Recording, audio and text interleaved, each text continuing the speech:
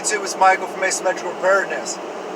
Today's video is on staying warm in SHTF.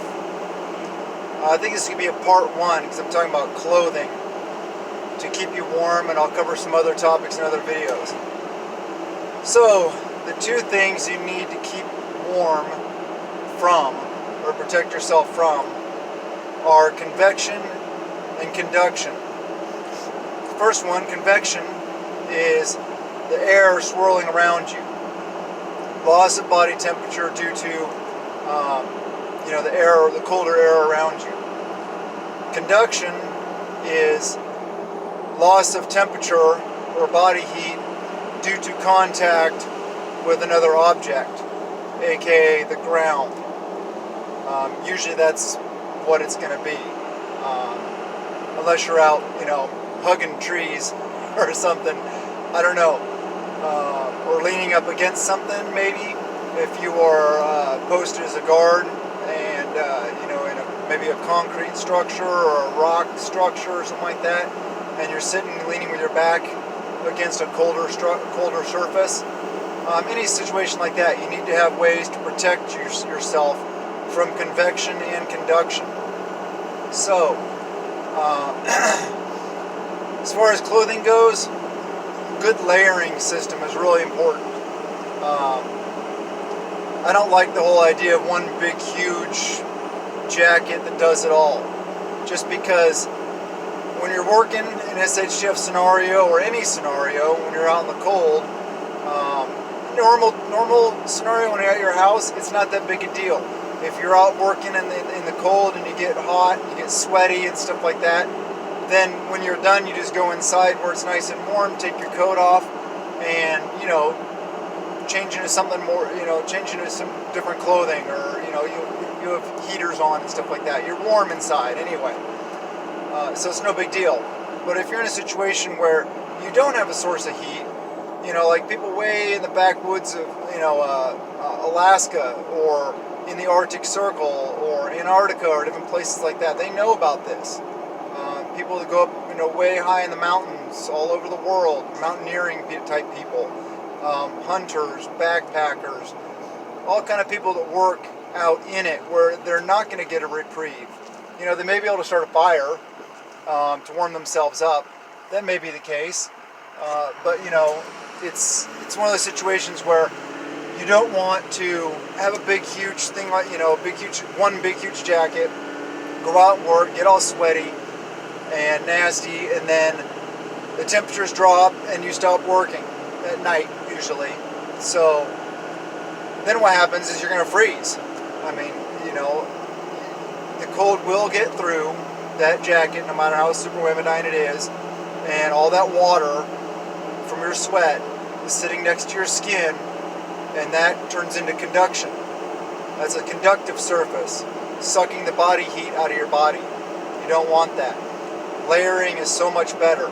If you have a proper layering system, like a base layer, a good quality like merino wool base layer. Also, try to stay away from cottons. Wools are I think the best. I mean, there's a lot of cutting edge, high octane type fibers and fabrics out there. Super Gucci, Wamidine, cutting edge stuff out there that may be better than wool. I'm not a super expert on the topic. I know there are because I've used some of them in the military and stuff like that. But anyway, good quality, like your base layer is usually a pretty thin layer, and then on top of that you can do a thicker base. It depends on how cold it is. I'm thinking like really cold, the ultimate scenario. It's like a really thin merino wool base layer, a little bit thicker, wool base layer type thing, and then maybe on top of that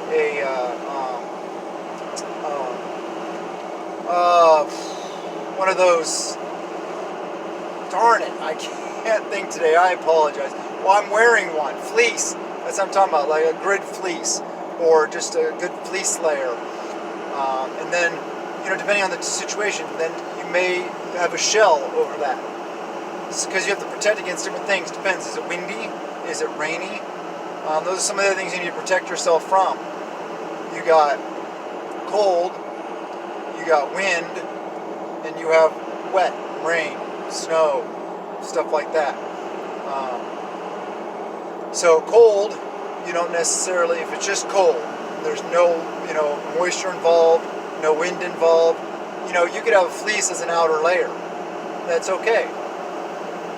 But if you have a good outer layer, though, a good shell, well, it's still good in that situation, though, because it helps trap that heat in that the fleece and your base layers and stuff like that are collecting and keeping close to your body. Same idea with like a wetsuit for divers. I wore wetsuit, dry suits, different things like that in the military. Wetsuit, what it does is, some people, I remember when they're the first time somebody wears a wetsuit, or they don't realize the way a wetsuit works, is when you jump in the water, you get freezing cold, because whatever temperature the water is, it goes inside the wetsuit, because that's why it's called a wetsuit. Wet, it goes inside. And then what happens is the goal of it is to trap that water that goes in next to your body and limit the amount of water going in and out. And so then your body heats that water that's closest to you. Same kind of thing. Your layers are trying to trap that heat produced by your body close to your body. So this is a pretty broad topic, so I'll try to do my best to cover it. Shells are really important. It's a lightweight fabric. It's kind of hard to show you. This is a shell type fabric. This is one of my shells. It's a Columbia shell. Really nice, good quality. It's just really light. I could roll that thing up into a ball, not much bigger than my hand, my fist. So that's really nice. Good quality one's really packable, like that. And only thing it does, the only job it fulfills, is keeping water off, moisture off, and keeping the wind / air, mitigating that getting to you. So good quality shell, and then layering system underneath it. Also, you got to remember though, is dexterity. If you layer so much, you're going to lose dexterity, losing how much your ability to work, because of all those layers are going to be all bulky and stuff like that. I don't know if you've ever seen, I don't remember the old movie, I forget what it was, but the kid was all bundled up so much going to school that they were just like a scarecrow, and they were walking, and then they fell down, they couldn't get up, the kid couldn't get up because he was so bundled. You don't want to be like that, obviously, but yeah, so, and this is, tops and bottoms. Talking, for your legs and for your core. There's also those, the puffies, the jackets, the quilted jackets. I know those are really good for keeping your warmth in, and usually they're like down or other, there's some synthetic fibers that are really good. Oh, hey, there's a chimney sweep truck in front of me. I was just talking about that in one of my other videos. Make sure it's time to get out and sweep your chimneys, people. Hopefully you have the tools to do it yourself, because hiring somebody is not going to be an option in an SHTF scenario. So sorry, this is a little side note. You saw the truck. They're out getting business because it's getting cold. It's cold today. It feels like just winter or summer, just like bam, it was over. It's just been rainy and cold ever since it was, for the last 3 or 4 days here in Washington. Well, this area of Washington I'm in. And that's another reason why I started thinking about this warmth and layering and clothing topic, because I had to grab my shell, find my shell, get my shell, where's my fleece, start dragging the stuff out of the closet. It's hoodie weather now. Pumpkin spice is back for all those white girls out there. Just kidding. It's one of those jokes. It's not just for white girls, of course, but pumpkin spice is back with a vengeance. Anyway, so layering, shells, good quality foul weather wear is like Gore-Tex, or there's other other microfibers out there of things keep the water off you. You got to stay dry, and you got to stay warm. Things that help with conduction are sleeping pads. Whenever you're building your you can watch all the bushcraft videos and stuff like that. I don't know if I need to go into videos like that, show you guys stuff. I guess I could, so show you some stuff like that. It's not really my forte, although I know a lot about it. Leaf sack beds, and the purpose of that is, it's not really it is for comfort, but most of like people say, oh, when you go on, I don't need an air mattress or a sleeping pad or anything like that. I'm tough. I'll sleep right on the ground. It's not about that. It's not about comfort. Although, yeah, the comfort's nice.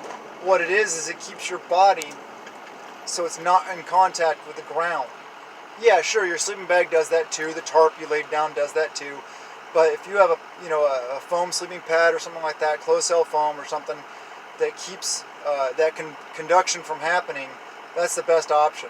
That's what sleeping pads are about mainly, in my mind, is keeping you away from the cold and away from the ground. Even if you're sleeping in a hammock, don't forget that. People are like, well, I'm not in contact with the ground, so conduction won't happen, so I don't need a sleeping pad. Plus, for comfort, hammocks are already comfortable. I don't have to worry about rocks on the ground and stuff. No, it's not about that. You're still going to need to use a pad or something underneath you in the hammock, as well as above you. Blankets, sleeping bag, whatever. You got to think about all the way around you, keeping yourself warm when you're sleeping. Shelter is a totally different topic. Sleeping systems are a totally different topic. Mainly, I'm talking about clothing. Keeping your head warm is really important. Good beanie, a fleece beanie, or with a Gore-Tex hat over it or something like that. Baklavas are really good for keeping your whole face warm. There's other face mask type systems that help keep you warm in a really cold environment, but allow you to breathe also. Gloves, wool gloves, layered with good quality outdoor snow glove type things. That's going to be you have to worry about dexterity there also. What are you doing? What kind of work do you have required to do?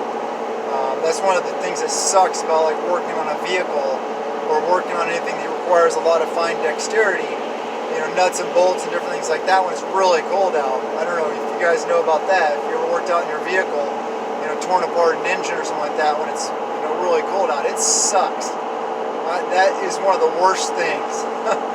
But anyway, yeah, gloves, footwear, proper footwear I talk about all the time. Boots, warm, insulated, Gore-Tex, other waterproofing systems that these companies come out with that are good quality. Good quality socks, merino wool, thick socks, layered socks. They have fleece boot liners, all kinds of things like that. Because you're going to want to stay warm, There's also foot warmers, hand warmers, things like that you can use. But those are temporary. They don't last, very long. So maybe have some and kind of ration them to people that are out on guard duty sitting there overnight in an SHTF scenario, Or, because people on patrol, they shouldn't need them because they should be moving pretty much all the time. They may stop and sit and listen for a bit, but they're going to be out moving. It's another thing, another way to keep yourself warm, keep yourself moving. But yeah, just some ideas for you guys to think about. Layering systems. Don't forget your feet. Those are really so important because feet get colder before anything else does. Your feet and hands, your extremities. So think about gloves, boots, socks, all those kind of things. Head is where a lot of the heat escapes. I shave my head, so I don't have any hair up there to protect my head. So that's one of those things. Do I need to shave my head nowadays? Probably.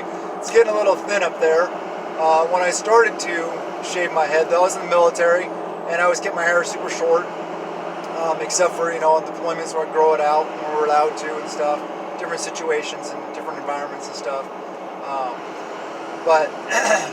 So then one time my wife was sitting there, she's looking at me kind of funny, and I'm like, why are you looking at me like that? And she's like, you look really good with a shaved head.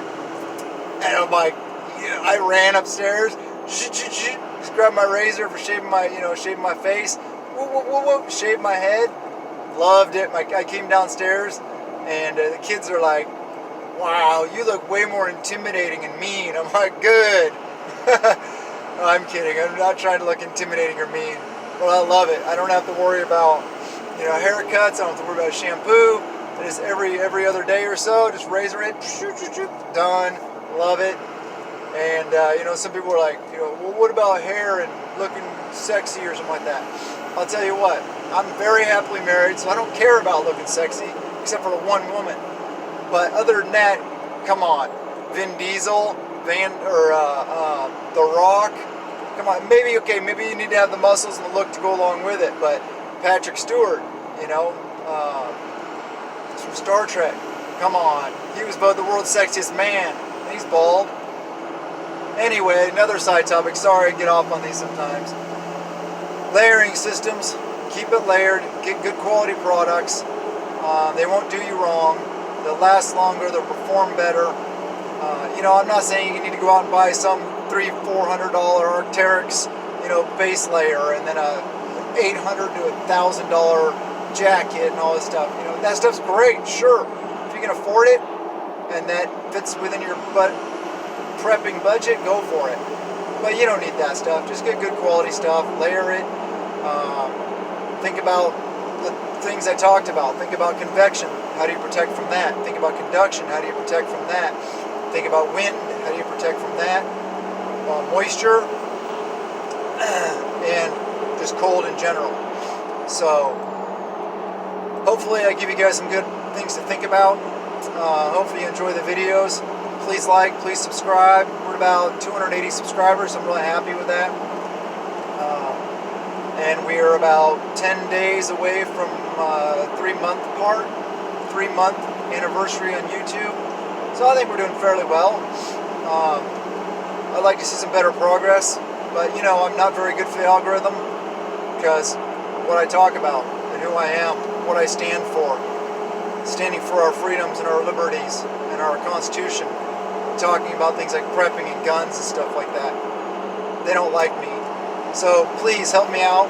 Share, subscribe, hit the like button, comment.